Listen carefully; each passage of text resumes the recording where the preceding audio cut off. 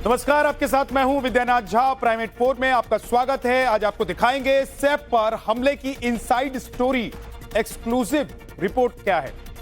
दिल्ली में नामांकन की दौड़ चल रही है। नई दिल्ली का किंग कौन, किसके दावे में कितना दम, यह भी आज आपको बताएंगे। साथ ही आपको दिखाएंगे हिंडनबर्ग का शटर डाउन। लेकिन सवाल, गैंग का मीटर क्यों है डाउन, यह भी आपको बताएंगे। अंतरिक्ष में इसरो ने रचा इतिहास, कामयाबी क्यों है बेहद खास, यह भी आपको दिखाएंगे। तो ये तमाम अहम खबरें आपको दिखाएंगे। चुनाव के बीच किस खबर ने बढ़ाई केजरीवाल की मुसीबत, ये आगे आपको दिखाएंगे। लेकिन पहले देखिए सैफ अली खान पर हमले से जुड़ी हुई बड़ी खबर क्या है।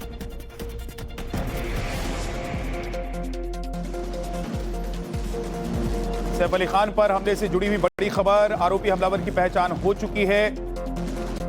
पुलिस ने यह जानकारी दी है। पुलिस को सीसीटीवी से अहम सुराग मिले हैं। बगल की बिल्डिंग से दीवार लांघकर घुसा था आरोपी। पार्किंग से सीढ़ियों के रास्ते सैफ के घर में पहुंचा। आरोपी को पकड़ने के लिए मुंबई पुलिस जुटी हुई है। आरोपी को पकड़ने के लिए 18 टीमें बनाई गई हैं। मुंबई पुलिस की 10, क्राइम ब्रांच की 8 टीमें एक्टिव। जो हमलावर उसकी पहचान हो चुकी है। जो प्राथमिक जानकारी सामने मिली है उसके मुताबिक ये जो अज्ञात शख्स है वो सैफ अली खान की बिल्डिंग की बगल की बिल्डिंग से दीवार को लांघते हुए पहले अंदर आया, पार्किंग एरिया के पास गया, उसके बाद सीढ़ियों के रास्ते से वो ऊपर 12वीं मंजिल तक गया। 12वीं मंजिल पर जाने के बाद में वो जो है मकान के अंदर कैसे घुसा, ये अपने आप में एक सवाल है। फ्लैट के अंदर जाने के बाद वो बेडरूम में गया, सैफ अली खान के बड़े बेटे के बेडरूम में, और वहां पर लीमा नाम की जो उनकी मेड थी उससे सामना हुआ। वो चिल्लाई, उसके हाथ पर एक जख्म का निशान है। उसके बाद में सैफ अली खान बाहर आए, उन्होंने बचाने की कोशिश की, जिसके बाद सैफ अली खान और इस अज्ञात शख्स के बीच में झड़प हुई, जिसमें इस अज्ञात शख्स ने सैफ अली खान के ऊपर 6 जो है वार किए, जिसमें से 2 गंभीर रूप से वो वार थे। एक जो चाकू का हिस्सा था, तकरीबन 2 से 3 इंच का जो टुकड़ा था, उसे बाहर निकाल लिया गया है। फिलहाल सैफ अली खान की हालत बेहतर बताई जा रही है। अली खान पर हमले को लेकर मुंबई पुलिस का बयान आया है। हमले के आरोपी की पहचान हो गई है। पुलिस ने बताया है जल्द आरोपी को अरेस्ट कर लिया जाएगा। चोरी के इरादे से घर में घुसा था आरोपी। सीढ़ियों के रास्ते घर में घुसा था। फायर एस्केप के रास्ते घर में आरोपी दाखिल हुआ। ऐसा इन्वेस्टिगेशन में पता चला है एक्यूज्ड फायर एस्केप का यूज करके इनके घर पे गया था, ये भी पता चला है। अभी तक के इन्वेस्टिगेशन में ये एक चोरी का अटेम्प्ट था, ऐसा हमारे इन्वेस्टिगेशन में निष्पन्न हुआ है। एक्यूज को जल्दी अरेस्ट करने की कोशिश हमारी चल रही है, और एक बार एक्यूज अरेस्ट हो जाता है तो उसके बाद आगे के डिटेल्स ये हम आपसे डिस्क्लोज कर पाएंगे। अली खान की सर्जरी पर बड़ी खबर इस वक्त यह है कि सैफ का ऑपरेशन सफल रहा है। सैफ अली खान को गहरी चोटें आई हैं। स्पाइन के पास से चाकू का एक टुकड़ा निकाला गया है, जो लगभग 2.5 इंच का बताया जा रहा है। सैफ के शरीर पर चाकू के गहरे निशान मिले हैं। सैफ को आईसीयू में शिफ्ट कर दिया गया है। सैफ अली खान अभी खतरे से बाहर।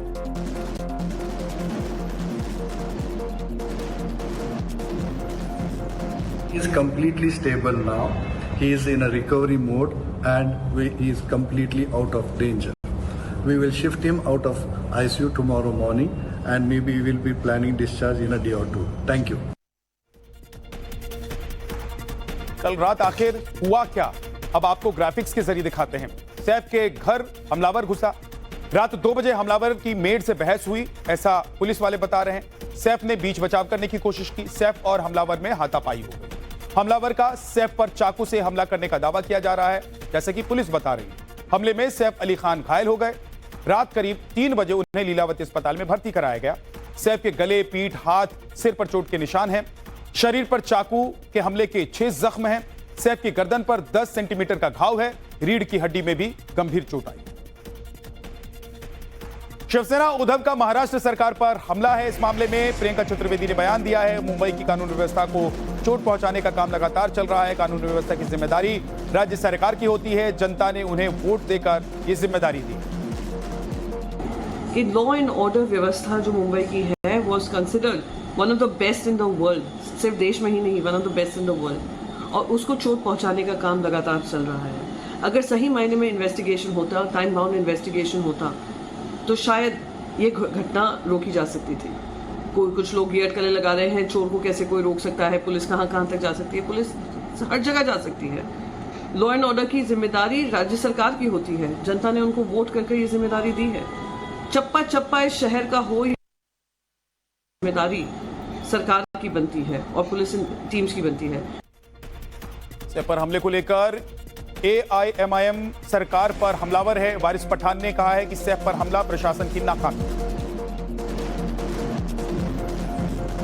और यहां पर आए दिन इस तरह की घटना होना ये साफ दिखाता प्रशासन का टोटल फेलियर है। पहले सलमान खान के घर पे फायरिंग हुई, उसके बाद बाबा सिद्दीकी को गोली मार के हत्या कर दी गई, और अब रात को 2:30 बजे के करीब एक अज्ञात हमलावर चाकू लेकर घर में घुस जाता है, सैफ अली खान जैसे स्टार के ऊपर अटैक करता है, उनको 6 बार उनको वार लगता है, हॉस्पिटल में उनका इलाज चल रहा है। तो ये किस दिशा के अंदर जा रहे हैं? सैफ पर हमले को लेकर आम आदमी पार्टी ने दिल्ली चुनाव से जुड़ी हुई खबर है। ग्रेटर कैलाश से सौरभ भारद्वाज ने नामांकन दाखिल किया है। नामांकन से पहले सौरभ भारद्वाज ने कालका जी के दर्शन किए। कालका जी मंदिर में जाकर सौरभ भारद्वाज ने आम आदमी पार्टी की जीत का दावा भी किया।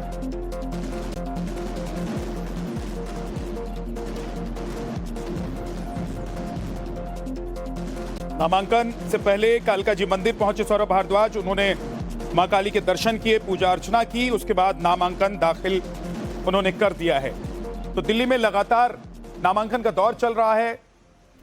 नेता अपनी पर्ची भर रहे हैं चुनाव लड़ने के लिए, और ये जो तस्वीर आप देख रहे हैं ये सौरभ भारद्वाज जब अपना नामांकन दाखिल कर रहे थे उस वक्त की तस्वीर है, और साथ ही जब कालका मंदिर में वो पूजा करने के लिए पहुंचे हुए।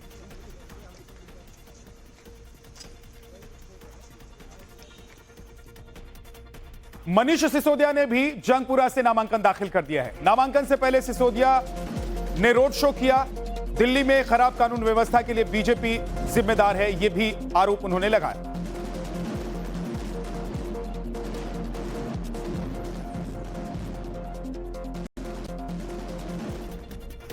दूसरी तरफ संदीप दीक्षित ने भी नई दिल्ली विधानसभा सीट से पर्चा दाखिल कर दिया है। नई दिल्ली से मैदान में केजरीवाल और प्रवेश वर्मा से उनका मुकाबला है। संदीप दीक्षित ने कहा, शीला दीक्षित के सपनों की राजधानी। नई दिल्ली विधानसभा वो सीट है जिस पर सबकी निगाहें हैं। यहां की लड़ाई जबरदस्त होने वाली है। यहां त्रिकोणीय मुकाबला है। आम आदमी पार्टी से केजरीवाल, बीजेपी से प्रवेश वर्मा और कांग्रेस से संदीप दीक्षित मैदान में है। केजरीवाल और प्रवेश वर्मा कल ही नामांकन भर चुके हैं। आज संदीप दीक्षित ने भी नामांकन दाखिल किया।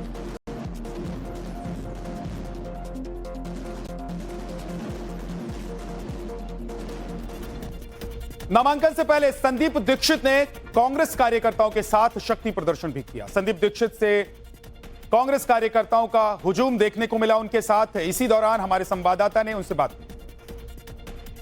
ये तो हमारे कार्यकर्ता हैं जिनका जोश है, क्योंकि कार्यकर्ता जब फील्ड में जा रहा है पिछले 2-3 साल से, वो दो व्यथा में है। एक तो उसको लग रहा है कि हमारी पार्टी जिसको अब दोबारा उदय होने का समय आ गया, उसकी एक ऊर्जा उसमें है। दूसरा वो दिल्ली की व्यथा देख रहा है।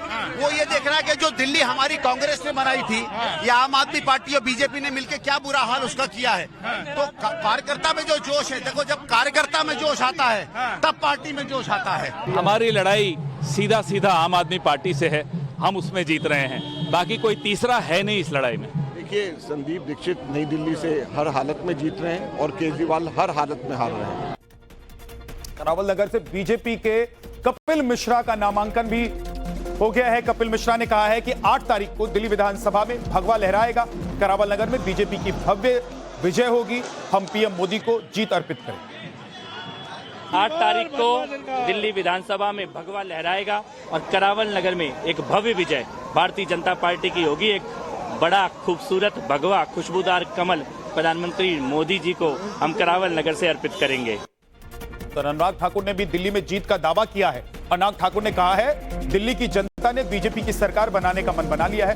दिल्ली के प्रदूषण मुक्त होने की उम्मीद में जनता बीजेपी की सरकार बनाएगी। यमुना जी को साफ करके दिखाएंगे। दिल्ली में मधुशाला नहीं पाठशाला खोलकर दिखाएंगे। ये योगी मोदी जी की गारंटी। दिल्ली की जनता ने मन बना लिया कि भाजपा की डबल इंजन की सरकार बनाएंगे और दिल्ली को प्रदूषण मुक्त बनाएंगे। दिल्ली की यमुना जी को साफ करके दिखाएंगे। दिल्ली में मधुशाला नहीं पाठशालाएं खोल के दिखाएंगे। दिल्ली में मोहल्ला क्लिनिक की गंदगी नहीं बड़े अस्पताल बनाकर दिखाएगी तो केवल भारतीय जनता पार्टी की सरकार बनाएगी। ये होगी, ये मोदी जी की गारंटी है। सैफ पर हमले को लेकर आम आदमी पार्टी ने भी बीजेपी पर हमला बोला है। प्रियंका कक्कड़ ने कहा है कि सैफ पर हमले के मामले में बीजेपी सरकार में कानून व्यवस्था बदतर है, ये आरोप लगाया है आम आदमी पार्टी ने। दिल्ली में कई गैंग ऑपरेशनल हैं, दिल्ली में खुलेआम व्यापारियों पर हमले होते हैं, बीजेपी को कानून व्यवस्था पर ध्यान देना चाहिए। जहां भी कानून व्यवस्था भाजपा के हाथ में है वो बद से बदतर हुई है। दिल्ली में भी 11 ऐसे गैंग हैं जो ऑपरेशनल हो चुके हैं। साबरमती जेल में बैठे एक बहुत प्रसिद्ध कुख्यात क्रिमिनल ने दिल्ली में गैंग वॉर्स में एग्जीक्यूट करवाया है।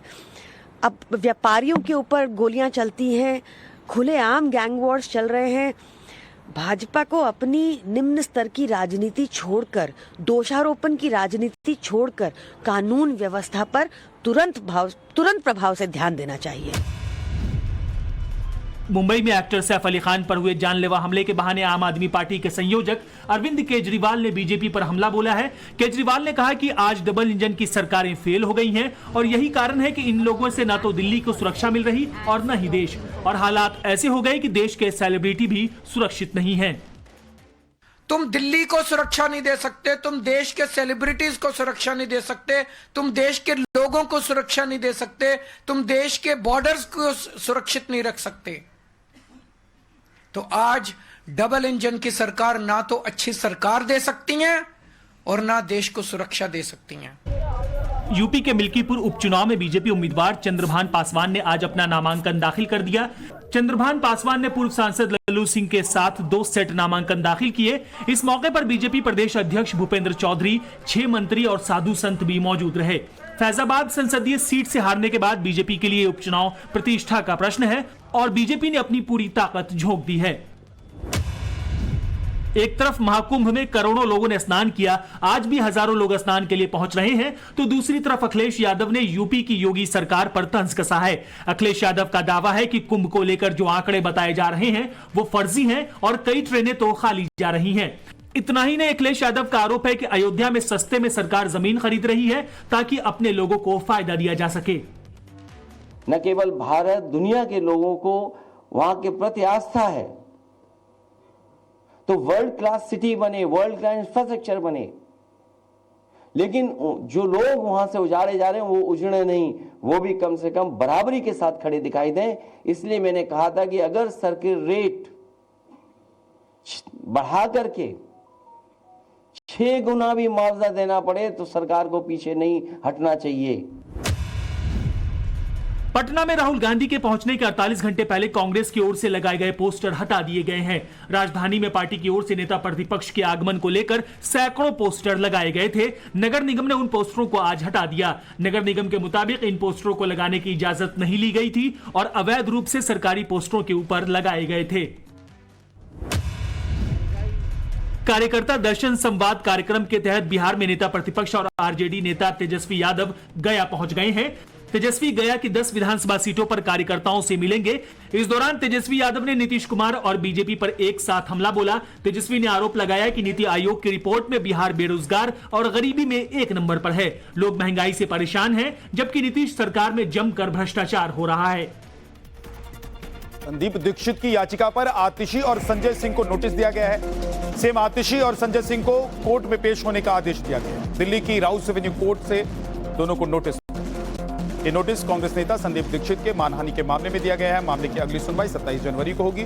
सीएम आतिशी और संजय सिंह ने कहा था कि संदीप दीक्षित ने केजरीवाल को हराने के लिए भाजपा से करोड़ों रुपए लिए हैं और वो बीजेपी के साथ मिलकर आम आदमी पार्टी को हराने की साजिश करने में शामिल। देखिए संज्ञानी इसका सिस्टम होता है कि हम क्रिमिनल डिफेमेशन जब साइन करते हैं तो कोर्ट पूछता है कि क्या उसमें इतने तथ्य हैं कि कोई केस किया जाए, और हमारे पक्ष उन्होंने सुना था 2-3 दिन पहले।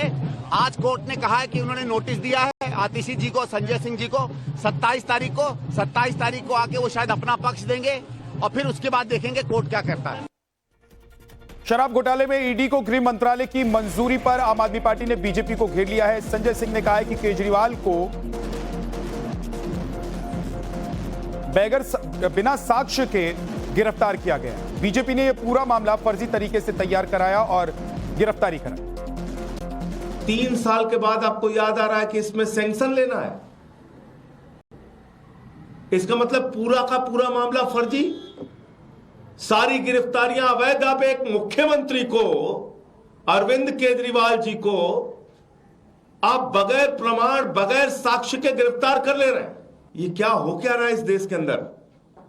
एक मुख्यमंत्री की गिरफ्तारी बगैर सैंक्शन के ईडी ने कर ली, और ये अपने आप में बहुत चौंकाने वाली बात है कि इसका मतलब ये पूरा मामला फर्जी तरीके से तैयार कराया गया भारतीय जनता पार्टी के द्वारा, मोदी जी के द्वारा।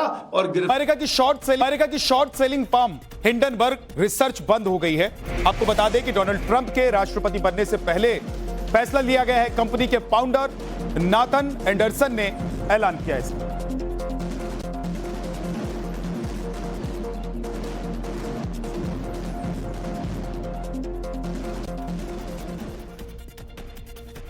हिंडनबर्ग रिसर्च के फाउंडर नेथन एंडरसन ने इसका ऐलान करते हुए क्या कुछ कहा है, यह भी आपको बता देते हैं। उन्होंने कहा कि मैंने हिंडनबर्ग रिसर्च को भंग करने का फैसला लिया है। मैंने इस बारे में पिछले साल के अंत से ही अपने परिवार, दोस्तों और टीम को बता दिया था। हमारी योजना थी कि हम जिन विचारों पर काम कर रहे थे उनके पूरे होते ही हिंडनबर्ग रिसर्च बंद कर दिया जाएगा, और वो दिन आज ही है। यह 20 लाख की रंगदारी मांगने का आरोप है। विजय कुमार की जमीन पर जैद की नजर थी, यह आरोप लगाया गया है। प्रयागराज में माफिया अशरफ के साले जैद पर 20 लाख की रंगदारी मामले में केस दर्ज किया गया है। पीड़ित विजय कुमार की ओर से मुख्य सचिव से गुहार के बाद पूरा मुक्ति थाना पुलिस ने एफआईआर दर्ज की है। पीड़ित का आरोप है कि 30 दिसंबर 2022 को एक जमीन खरीदी थी उसने, और खतौनी में भी पीड़ित का नाम दर्ज है। लेकिन अशरफ का साला माफिया जैद 6 महीने से उस जमीन को बैनामा अपने आदमियों के नाम पर करने का दावा बना रहा है।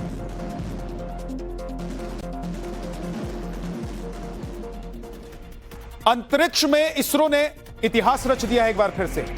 स्पार्डेक्स मिशन में इसरो को बड़ी कामयाबी मिली है। भारत ने पहली बार 2 सैटेलाइट की स्पेस डॉकिंग की है। स्पेस डॉकिंग करने का यह कारनामा भारत करने वाला चौथा देश बन गया है। स्पार्डेक्स मिशन के तहत 30 दिसंबर को आंध्र प्रदेश के श्रीहरिकोटा से सैटेलाइट को अंतरिक्ष में भेजा गया था, जिसके बाद 12 जनवरी को भारत पहली बार स्पेस डॉकिंग करने वाला था। लेकिन टेक्निकल एरर्स की वजह से इसरो ने 3 बार डॉकिंग को पोस्टपोन कर दिया, और अब यानी कि आज इसरो ने सफल सैटेलाइट की डॉकिंग कर दी।